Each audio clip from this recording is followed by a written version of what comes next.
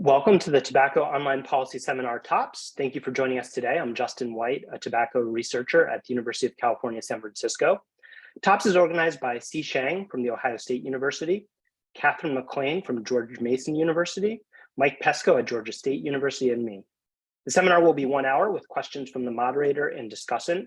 The audience may pose questions and comments in the Q&A panel, and the moderator will draw from these questions and comments in conversation with the presenter.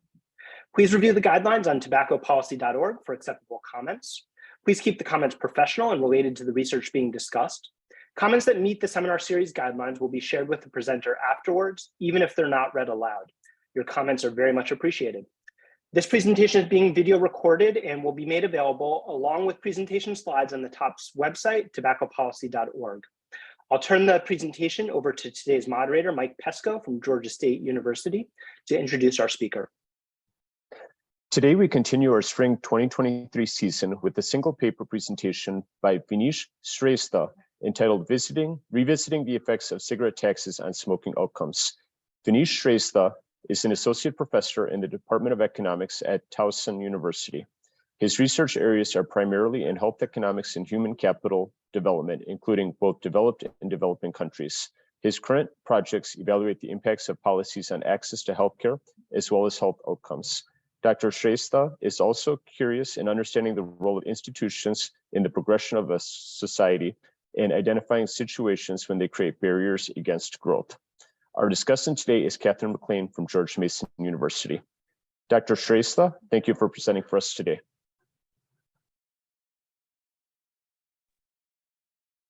Hi, thanks for the kind introduction, Mike. So let me share my screen.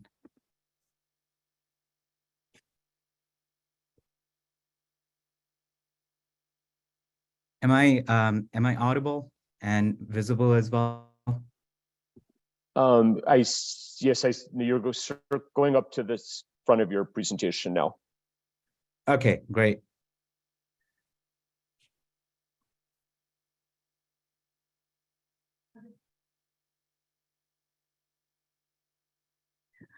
So before I start with the presentation, I quickly want to say that I started out as a substance use researcher, but then I've been out of the literature for a while. And my intention for this study actually was not to purposefully to write a paper about this, but it was more so I wanted to learn about the advancement in the definitive literature, and I had a bunch of so it was more like an empirical explorations. I had a bunch of results, and this study is sort of like a natural progression of the results and me putting them together. So it's titled and again, I would have to say I'm very happy to present, and I'd love to hear comments and thoughts to make this study better. So the title of the presentation is Revisiting the Effects of Cigarette Taxes on Smoking Outcomes. Ooh.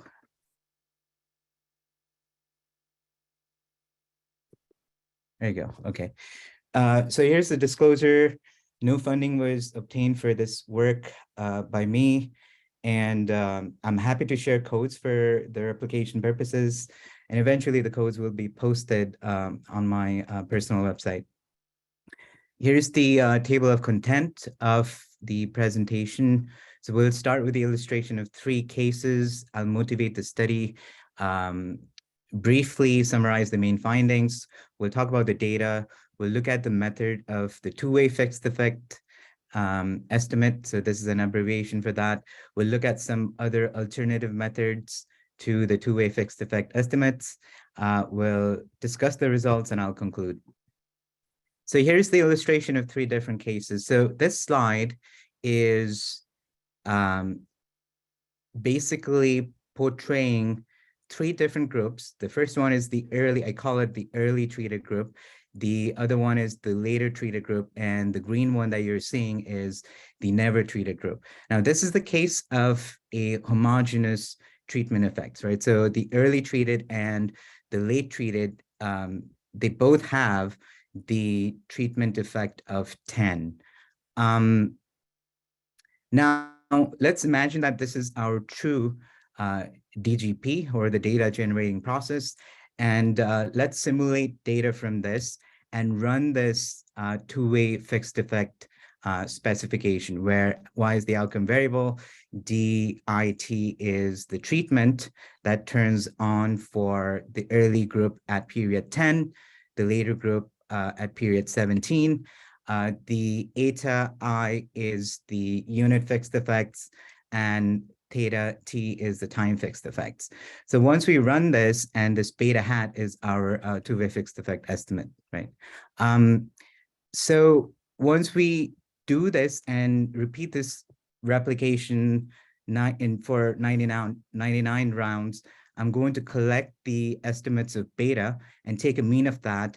And this point, which you're seeing right here, is the mean estimate of beta hat from the 99 rounds of replications, right? And we're going to fix the timing for the early group at 10, but then bring the timing for the later treated group closer to 10, right? And once we do that, we're going to redo the simulation exercise and plot the mean of beta hats from 99 replications, right? And what we're seeing here is so the timing really actually doesn't matter, right? So in the case of homogeneous treatment condition. Now, if we go to the second case, which is pretty much everything is the same as the first one, except that the early treated group has the treatment effect twice the size of late treated group, right? And we're going to redo the replication exercise in this case. And what we're going to see is that if you're looking at the treatment timing, which is towards the end of the panel, right?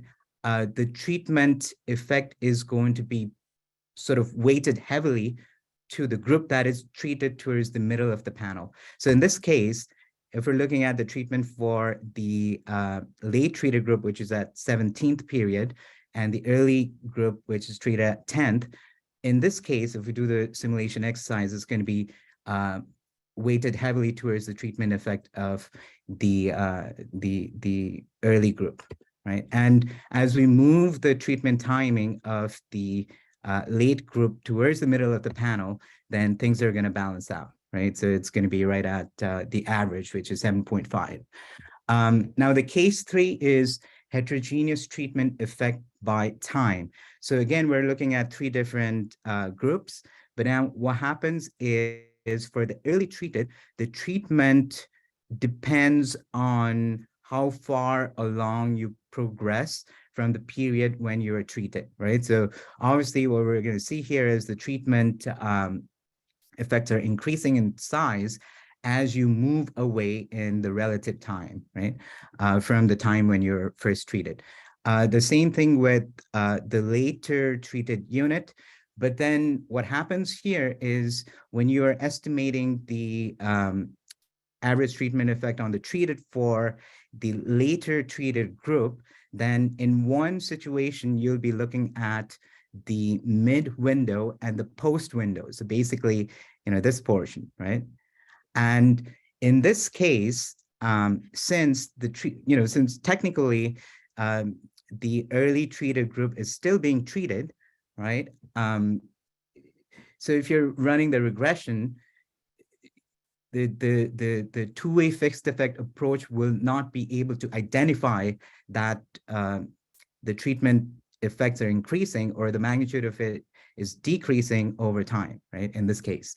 So then this is going to form a bad comparison, right? So some of the realizations that we have from these 3 different cases is that in case 1, when the treatment effect is homogeneous with respect to the unit and time, then two-way fixed effect works fine. But then if you're at case 2 and case 3, then the estimate of two-way fixed effect might not be the same as the average treatment effect on the treated estimate, right? So this is the interest of many of the studies, right? So let me motivate the purpose of the study. So cigarette taxes are widely used as a policy instrument in terms of reducing smoking as well as increasing revenue, right? So research have heavily relied on the two-way fixed effect type estimates, and a recent review from DeSica, Kenko, and Lovenheim in relation to the two-way fixed effect estimates suggests that an important issue for the analysis of cigarette taxes that has not been sufficiently explored by the researchers, right?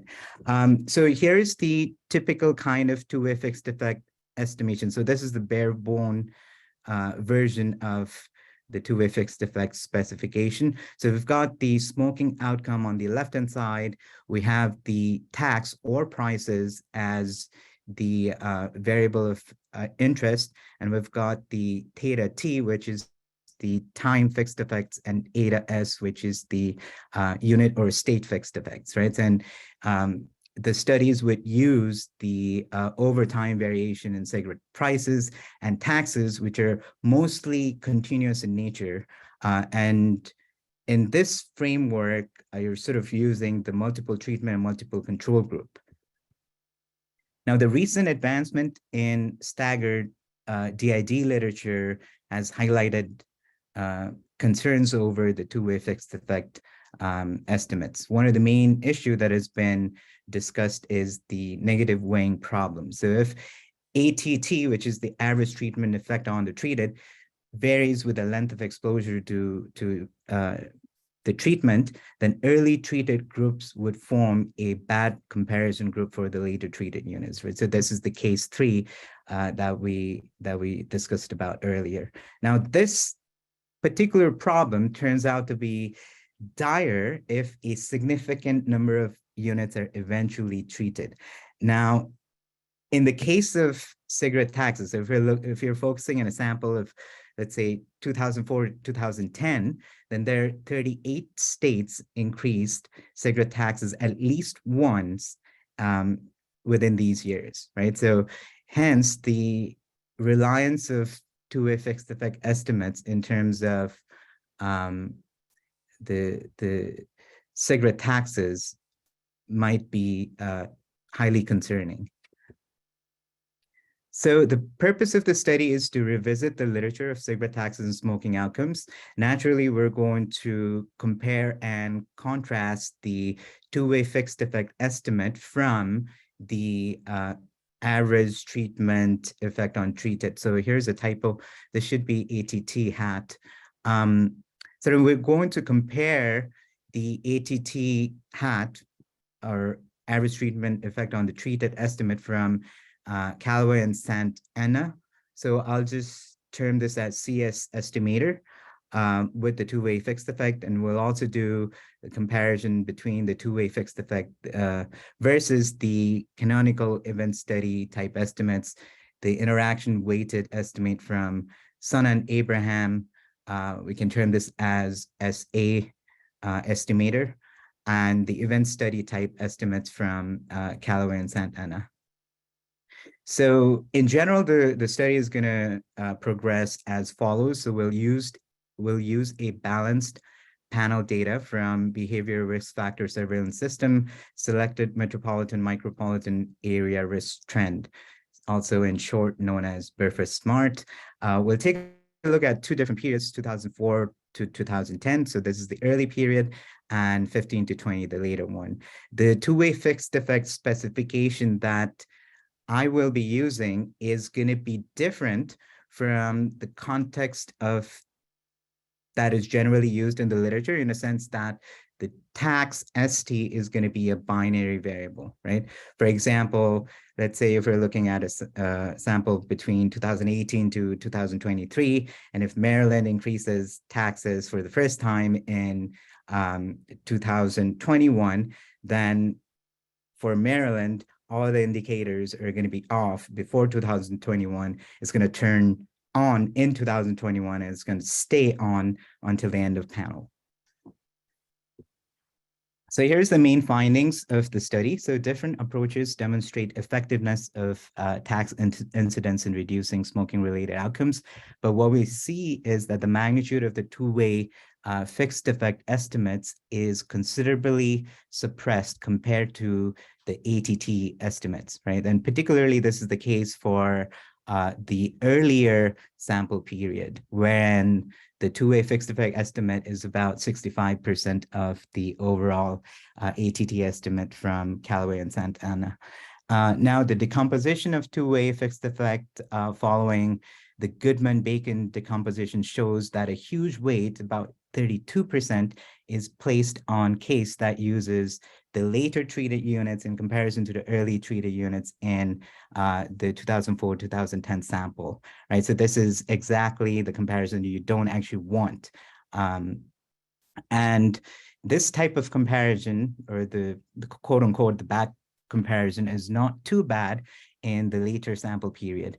Now, the event study type approach, the canonical type, the SA approach, and CS event study type estimates all show gradual but increasing effects over time, right? However, if you compare the ATT for the early versus the later panel, we'll see that the magnitude of ATT for the early panel is a lot higher than the magnitude for the later panel. So I'll start with the data. Primarily, we're going to be using the Burford SMART data for years 04 to 10 and 15 to 20. So this SMART project is actually initiated to produce local area level estimates, which is defined as the metropolitan, micropolitan areas. So we'll just call this as MMSAs in abbreviation. And this is going to be the locality of interest. So each MMSA includes at least 500 individuals. However, the number of MMSAs vary by year. For example, in 2004, Burford SMART had 134 MMSAs, while in 2010, it had 198. So we're going to focus on the status of current smokers, defined at whether an individual reported smoking in the past month as the outcome variable, and we're going to then create a balanced panel of the percent of current smokers, which is going to be collapsed at the local area, which is MMSA and year cell level. So here is the depiction of overall MMSAs in the US, I think roughly about 400, and the ones that are included in the Burford study. So this one is for the early year, and this one's for the 2015 to 2020 period. So we see that roughly about 1/4 of MMSAs are captured in Burford. And at least one MMSAs for, at least there are one MMSA for 46 states, and more than 2 MMSAs in many of the states, right? So we have 108 MMSA for the early and 95 for the later. However, there are some states which are actually not represented in these surveys. So for example, Alaska, Hawaii, North Dakota, Rhode Island are actually not included in Burford SMART.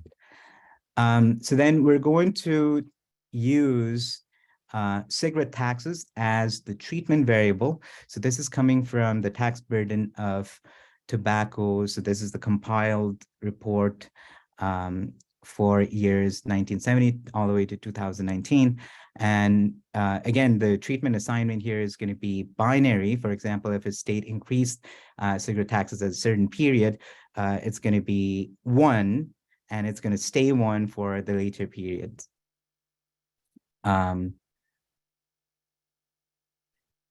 So one situation that is going to be commonly faced is a handful of states will have multiple incidents of tax increases. For example, Pennsylvania increased cigarette taxes in July of 2004 and also in November of 2009. So both of these episodes of tax increment falls within the panel of interest, right? So between 2004 and 2010. So we're going to use the first one, right? So first increase in tax to denote the treatment assignment. So here's the depiction of states that increase cigarette taxes at particular years. So if you're looking at 2004 to 2010 panel, there are about 38 states. And if you're looking at the later panel, I think about 16 states increase cigarette taxes. And obviously the increment of tax size is going to vary, right? However, we're not sort of using this variation here. We're not using the continuous variation. We're just using the binary, turning on from the status of it being off, right? Now there are other variables of interest. Particularly, I used the state's population under a bar ban. So this is coming from American Non-Smokers' Right Foundation. Also, we have the tobacco sentiments of anti-smoking sentiment measure for year 98 to 99. So this is used in spirit of DeSica's study of 2008. So, however, this is going to be collapsed at the locality or MMSA level. And also, we're going to use the change in the proportion of current smokers between the survey year 98, 99 and 2001, 2002 to sort of look at the trends in smoking behavior prior to the initiation of the sample. So I'm going to pause here and see whether we have some questions in terms of clarification. Yes, I think to start off with, we will turn it over to our discussant, Catherine McLean. Thank you so much. And Dr. Shrestha, I really enjoyed this talk. I really like how you're really pushing these methods, and I think that's great. I just have a few questions. Some of them may be technical and totally fine if you want to push them off. But one question, and I believe someone in the audience may have had a similar question. When you dichotomize the tax into the 0-1, so increase versus not increase, I think a couple of things are happening. One, we're not sort of compensating for the magnitude of the tax, which we might think would be interesting. Moreover, I don't think you can estimate a parameter that is often of interest with a continuous measure like an average causal response or average causal response on the treated. Moreover, you might be able to think about defining, maybe if you're going to stick with the binary, like a big tax increase versus a low tax increase. So could you speak a bit about what that dichotomizing does when you're thinking about this from a policy perspective? Like, we want to know, what should we do with the taxes? As you noted, all states have these taxes. So how do we think about that? So yeah, that's very true. So, and that's actually one of the limitations of this study, right? So eventually what we want to do would be to get an estimate of the elasticity magnitude, and that would vary in terms of how large the change in taxes are, right? So however, I think this is a first sort of shot at comparison between the two-way fixed effect estimates and the ATT estimates, right? So, and I just primarily wanted to see what would happen if you just generally sort of do 0 and 1, right?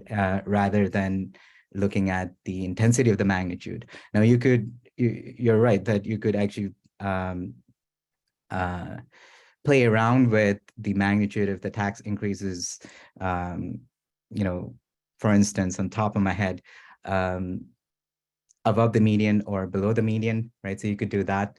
And in terms of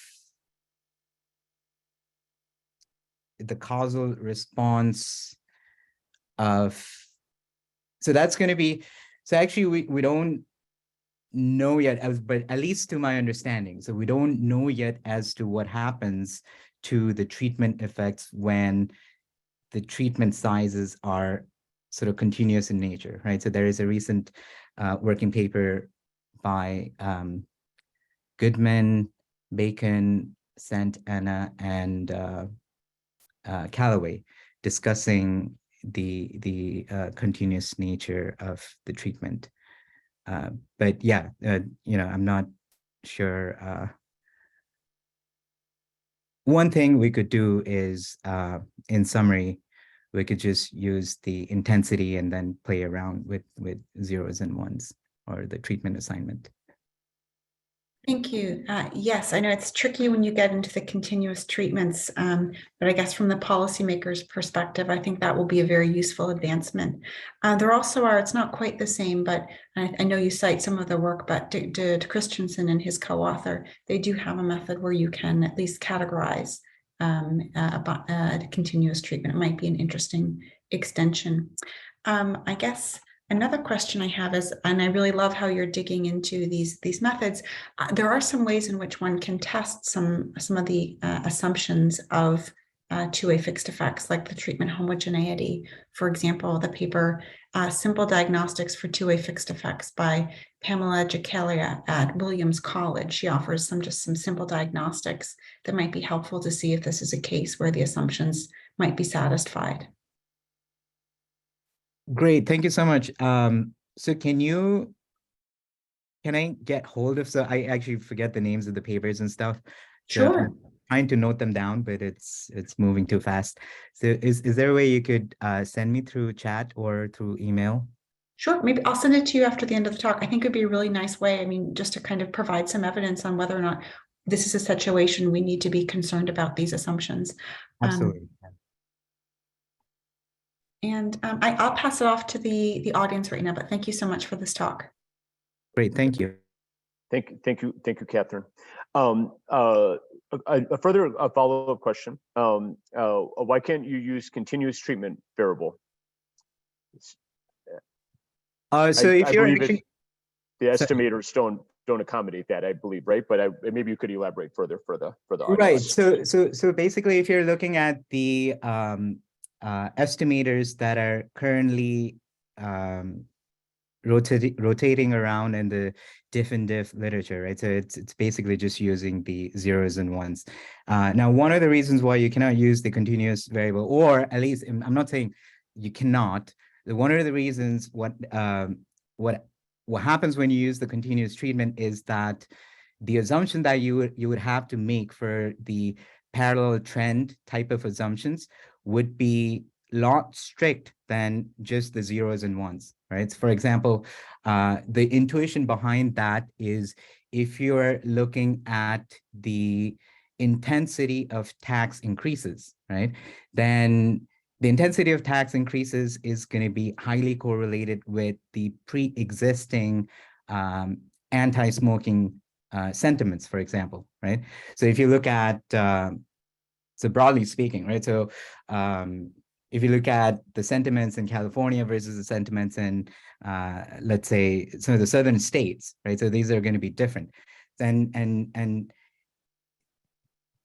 the parallel trend assumptions that you're making is going to be a lot more challenging in the case of the continuous treatment type analysis, right? But I'm not saying that you can't really do it, but I don't think there are techniques out there that has really sort of hit home as to how to do it.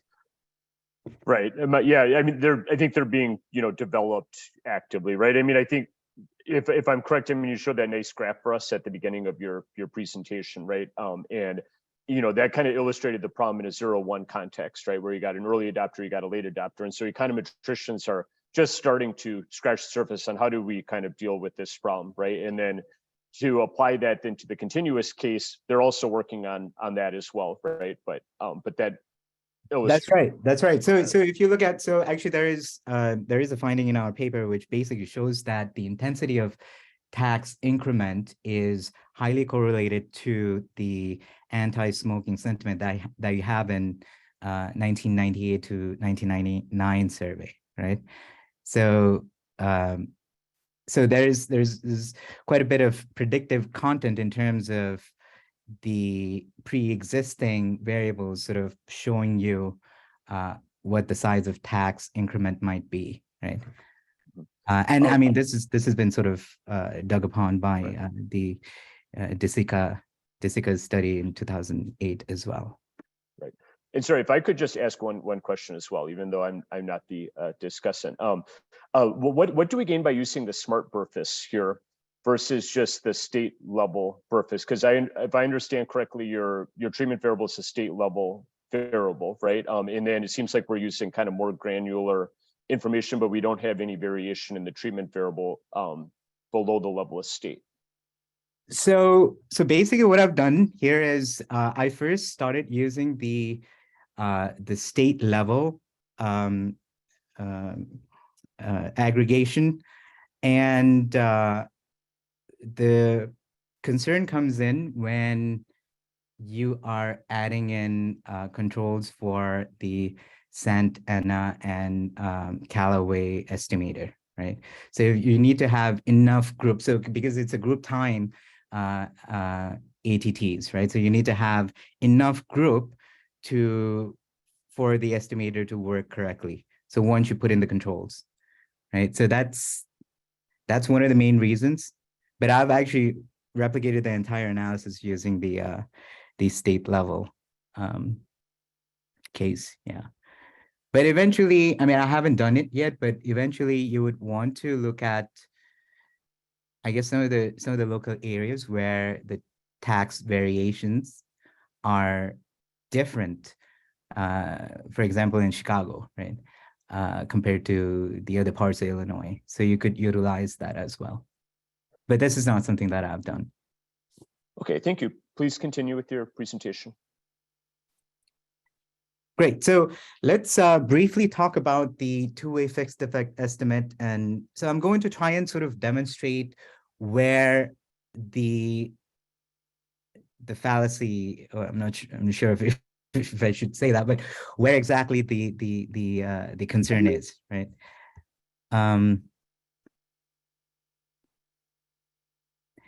Okay, so if you're looking at the first equation here, so this is the demonstration of the bare bone version two-way fixed effect estimate, right? So we have the outcome variable, and this is the treatment 0 and 1 strictly, and we've got the time fixed effect, unit fixed effects, and you can also expand on the outcome variable as the counterfactual plus the group time specific treatment effects, right? And using the first Lovell theorem, you can estimate beta hat, or you can write down the estimate of beta as the sum across the unit and the time, and you have the difference between the treatment and the predicted treatment in the numerator times the YIT, the outcome, divided by the square of the difference between the treatment and the predicted outcome. Now here, the D hat, which is the predicted treatment, is also the unit specific mean times specific mean, which is D hat T, minus the grand mean, right? So now what we're going to see once we replace this YIT by equation 2 is we'll have this towers in there, which is the actual treatment effect of interest, right? Now, the question is whether beta hat in limit is going to be equal to the towers or not, right? So one of the concern is if we look at the estimate of beta hat in equation 3, we've got DIT minus D hat IT. So in a sense, the weight that beta hat is gaining is going to be proportional to the difference between the treatment minus the predicted treatment, right? So if we imagine the case for the early treated unit, the D hat I, the unit specific treatment mean is going to be very close to 1. Now, if we look at the sample when eventually almost all of the units are treated, then this guy, which is the unit specific mean of the treatment for the end period, let's say if the sample is going to be very close to 1, right? So then we have, so towards the end period, the predicted treatment is going to be greater than 1. So, and if you do, right, so the numerator, which is DI minus the predicted treatment, this is going to be negative, even if in the case when the treatment is equal to 1, right? So in a sense, this puts negative weight on the actual treatment. Now, in the case of homogeneous treatment effects across unit and over time, then if you can replace equation 2 into equation 3 and sort of get a result that tau is equal to the beta hat in the probability limit. If the parallel trend assumptions are satisfied, right? So briefly, just to demonstrate what this looks like in our case for units treated in 2005 and 2006. So the difference between the DIT minus the predicted treatment for the group first treated in 2005. So the difference between this is once you get to the year 2008, it starts becoming negative, right? And for the units treated in 2006, for the group in 2000, or sorry, when it gets to 2010, the difference starts becoming negative, right? So it starts exerting the negative force, if you will, to the taus, okay? So this is a more formal depiction of what I just said, I think. So this follows the decomposition of the Goodman-Bacon, who basically states that the two-way fixed effect estimates can be written as the weighted average of the 2x2 diff and diff type estimates, right? And I'm just summarizing the results here. So we have different types of comparison. So we have the units treated earlier on, which is compared with the later treated, units treated later on compared with the always treated, units treated later on compared with the earlier treated, and treated units compared with untreated, right? So if you're looking at the redly highlighted rows, right? So these are the comparisons that are potentially harmful, okay, or bad comparison. Now, if we look at the weight following the Goodman-Bacon decomposition, what we're seeing here is about 31 or close to 32% of the weight is actually being posed on this type of comparison when we're using the later treatment group and comparing that with the early treated group, right? And what we're seeing is if we do so, then, well, this type of comparison yields the lowest kind of the average effects, right? So which is 0.23 compared to the other types of relatively better comparisons, as to speak. Now, this is particularly for the sample period 2004 to 2010. Now, when we progress to the later sample period, the concern of the bad type of comparison is not as huge as that we have for the earlier sample. Okay, so then we're going to move to the static and the dynamic framework. So we'll have two different versions of the two-way fixed effect type. One is just the static specification that we've discussed earlier. And the other one is, I call this a canonical event study. So this is more sort of a dynamic event study type two-way fixed effect estimates, right? Or sorry, specification. So here in this case, what we'll have is an indicator of DKIST, which really indicates the relative time, which is away from the policy year of GI. And the omitted category is going to be the earliest relative time, which is this capital E, and the year right before the treatment year, right? Right, so you can think of this as a, this is the general, more generally used event study type estimates, So I'm just going to, for the sake of this study, I'm just going to call this as canonical event study.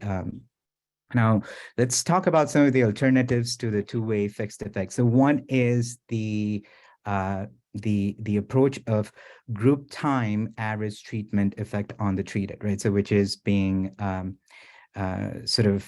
circulating in the different world.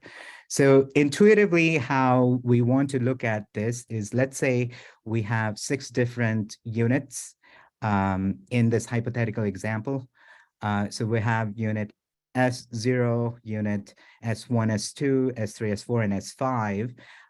Say S0 is the unit that is never treated, and we've got S1 and S2 receiving treatment in year 2006, S3, S4, and S5 receiving treatment in 2007. So we're going to define the group G as units first treated in period G, right? So for example, S1 and S2 would be the units treated in the period 2006. S3, S4, S5 is going to be unit treated in 2007. And then we're going to think of the average treatment effect on the treated for groups, say, treated in 2006, measured in the time period 2006. We'll do the same thing with the groups treated in 2006, but for the time period 2007. Groups treated in 2006 for the period 2008, for the case of this panel, right? So we can do the same thing for the group receiving treatment in 2007. We'll try and measure the treatment effects in 2007 and also in 2008.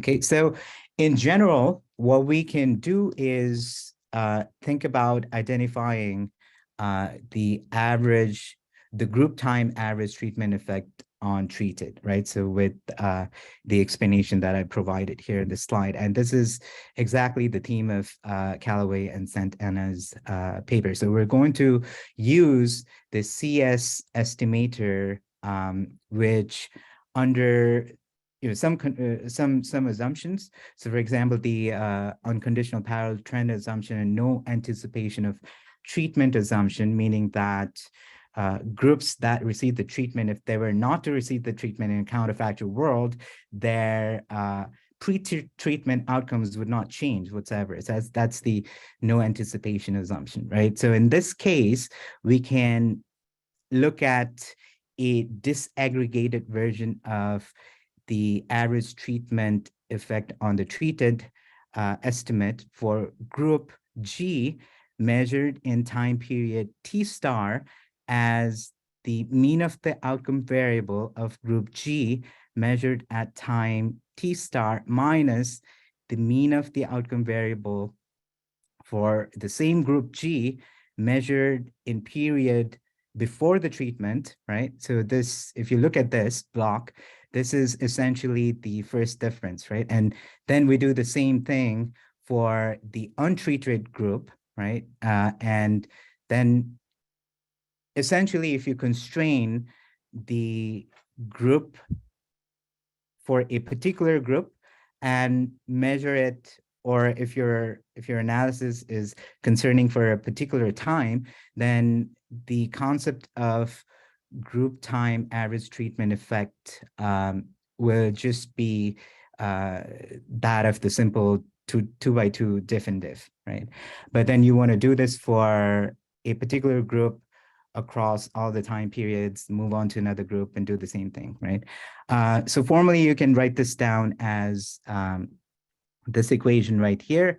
So the first block is just looking at the group G and taking the difference of the mean of group G before minus the after, and then you want to subtract the difference for the untreated group. Now the concern here is, the question more than a concern is, what would C or the untreated group, what would that entail, right? So then you can, the argument here from CS is you can either use the never treated units or units who are not yet treated at the time of measurement, okay?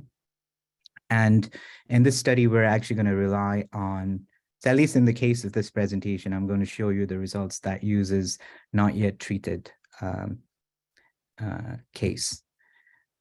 And so this was the case when we assumed that unconditional parallel trend assumption holds, but that rarely might be the case when we move on to the purpose of empirical estimation, right? And maybe you want to think that parallel trend assumption is only satisfied in conditional to certain covariates. Then if that is the case, then we the CS estimator is a bit more complicated and uses the doubly robust estimator, which flexibly would introduce the covariates that you might think is driving the treatment, right? And this combines the inverse probability weighting as well as the outcome regression method to get at the average treatment effect for group G in time T.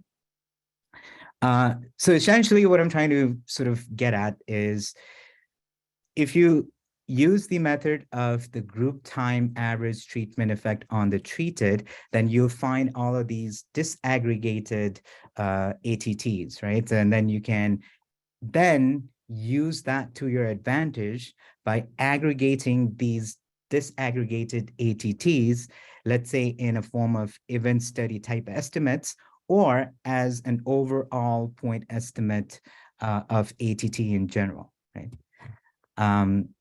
So I'm going to pause here and seek for questions if we have some. Yep. I'll turn it over to our discussant, Catherine McLean. Thanks again for this really great talk. I just have a couple of questions. I don't mean to go back to a question I had before, but I'm just thinking about the setup of the binary tax. I understand why you're doing that. These are the methods that that have been developed to date, and we're using them, and that's important. But when you're thinking about these treatment groups, when you're dichotomizing into your comparison groups, these are basically, correct me if I'm wrong, in your setting, these MSAs that have not experienced the increase in the cigarette tax over each of your study periods, the early and the late. Then the treatments are those that do. But how do we think about that assumption of parallel trends when we know that the states or the MSAs that you have in your comparison group, they are in fact treated earlier, or that is before your study period begins? Because, for example, as of 2000, all the states, and therefore all your MSAs, they have the tax adopted. So are you imposing some structure such that you're just assuming those earlier taxes, they just dissipate very quickly, the effects of those, there's no dynamics over time? And how do we think about your pre-treatment period for your comparison states or MSAs in this setting? Yeah, that's a very good question. Thank you so much. So this is something that I've thought about previously. For example, there are a handful of states that received tax increment right after the master settlement agreement, right? So post 1998, and so one of the things that we could potentially do is to see how the effects would vary if we excluded the states that received treatment prior to the initiation of the earlier sample, right? So in between 1998 to 2003, right? And we sort of want to see what would the ATTs look like in that case, right? But I haven't actually done that before, and to be honest, I don't particularly know how to do that as of yet in a structural way. But this is something that I want to include as a section in this paper, right? So because I think this is a very important point. Great, thanks so much. Yes, I've dealt with this issue myself in other settings, and it is tricky to think about how to develop a clean comparison group when you have this continuous treatment. So thank you for that. I just have a bit of a technical question about Callaway and Santana.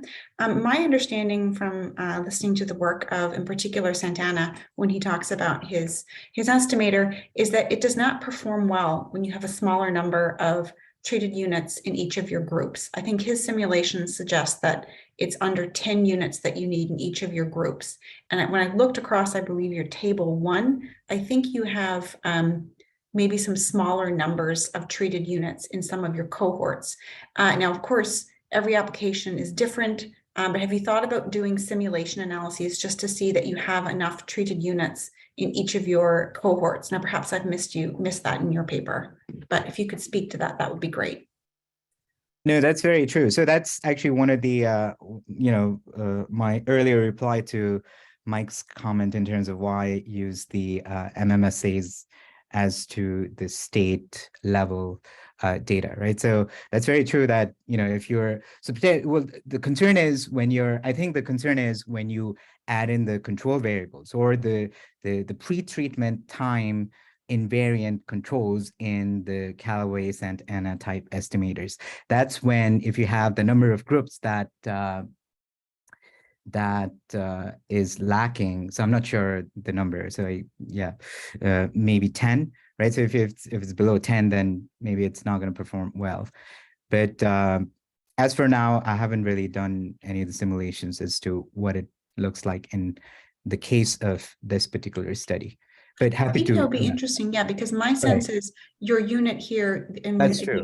The effective unit is the state. That's my understanding of where your variation is coming from. That's true. Yeah. Anyway, happy to talk to you. I think it would be a really nice, nice extension.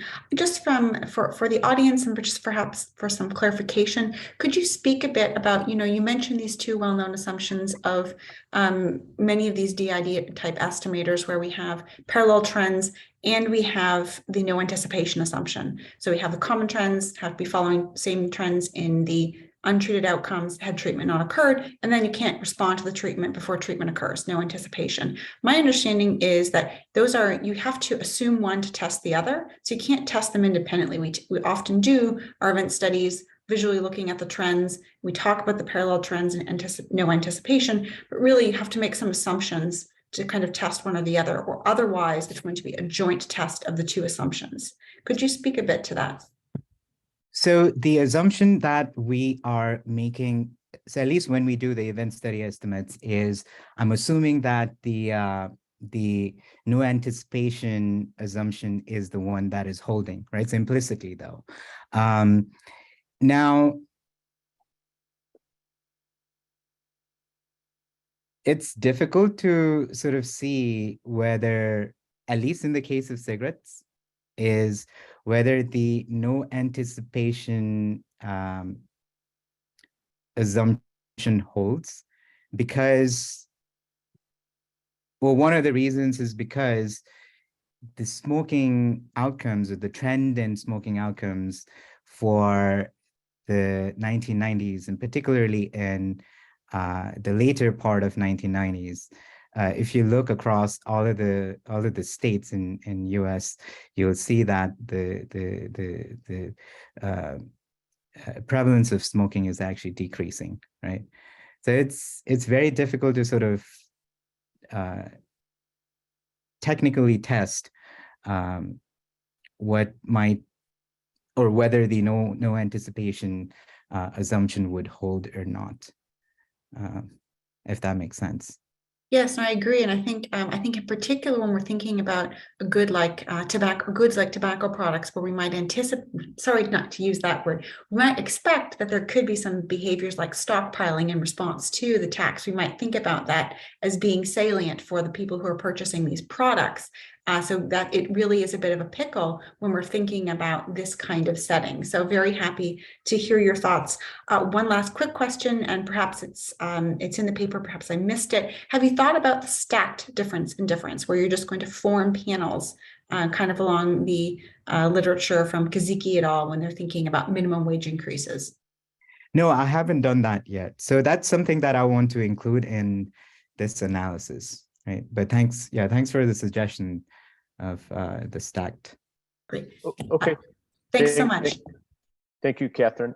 So we have only 5 minutes. So if maybe you could quickly just show us the key results, and then we can leave a little time at the end for additional questions that Catherine or audience members may have.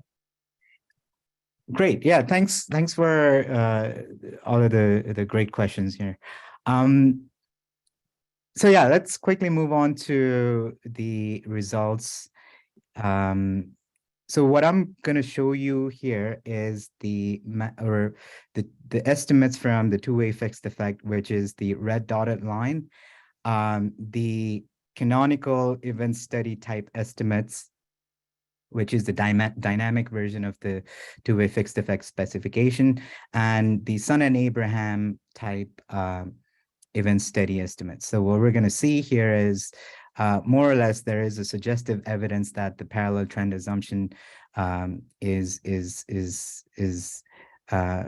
satisfied. Again, this is only suggestive, but then once we move to the positive relative times, right, or this 0 is actually the right on the dot of the policy change year.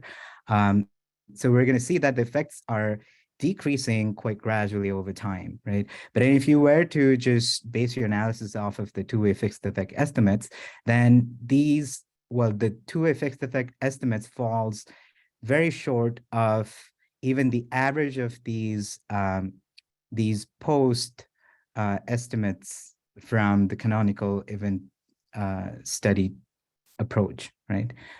So the black dashed line resembles the average from the when you average all of these the event study estimates, that is after the treatment, or on or after the treatment period. So it's about like half the size, right? The two-way fixed effect estimates are about half the size and magnitude compared to the average event study estimates. So if we go on with the later sample, so this is pretty much the same pattern that we're seeing here. However, the difference here is difference between the two-way fixed effect estimates and average of the event study estimates are not that huge as it was here, right? So if we do the Callaway-Sant Anna type event study estimates, then this is echoing what we saw earlier with both the canonical type event study as well as the Sun and Abraham type event study, right? So the effects are decreasing as we move on in progression to relative time, or increasing in magnitude, okay?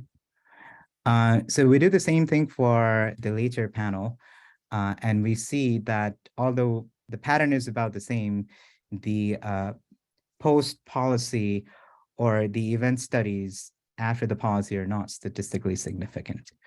And in general, this slide shows us the point estimate for the overall average treatment effect on treated from Callaway-Sant Anna using different kinds of specifications. So firstly, we're basically using the not treated group as the comparison group without control. So we add in control, and we then move to not yet treated, right? So without control, and we add in control. And the red line that you're seeing is the two-way fixed effect estimate. So what we're seeing here is actually the magnitude of two-way fixed effect estimate is about half of what the overall ATT estimate that we get from the approach that respects group time heterogeneity, right? So at least for the early sample, but then if we move to the later sample, the ATTs that we generate from Callaway-Sant Anna approach is relatively closer to the magnitude of the two-way fixed effect estimate. Okay, so in general, this slide sort of points out that if we were to rely on just the two-way fixed effect estimate for the earlier panel, right? So that might, our analysis might be sort of suppressing the so-called ATTs, right? So if we were to think that two-way fixed effect estimates are the ATTs, so obviously there is a huge difference between these two approaches. So some concluding remarks that I have is, so cigarette taxes are an effective means of reducing smoking prevalence, which is, these findings are consistent with earlier studies. However, two-way fixed effect estimate tend to be biased downwards in magnitude, particularly in sample where the treatment of multiple group. And when you're using a panel, when majority of the units are eventually treated by the end of the panel, right? Now, the canonical event study type estimates do capture heterogeneity by time, and for the case of cigarette taxes, at least, these estimates, the ones that we get from the canonical event study type approach are very similar to the Callaway-Santana type, as well as the Sun and Abraham type event study. So I guess I mean, there's quite a bit of analysis that is left to be done here, but if you were to sort of take all of this with more of a thematic approach, then the takeaway here is, using the point estimates of ATT that respects treatment heterogeneity across units and over time can actually increase the magnitude of the elasticity estimates. So again, I haven't done any of the elasticity estimates, right? And I'm actually, thinking through how that can be done. Thank you. Okay, thank you, Vinish. I'm not seeing any questions in the Q&A, so our MC will take us out the door. Thanks. We're out of time. Thank you to our presenter, moderator, and discussant. Finally, thank you to the audience of 168 people for your participation. Have a top-notch weekend.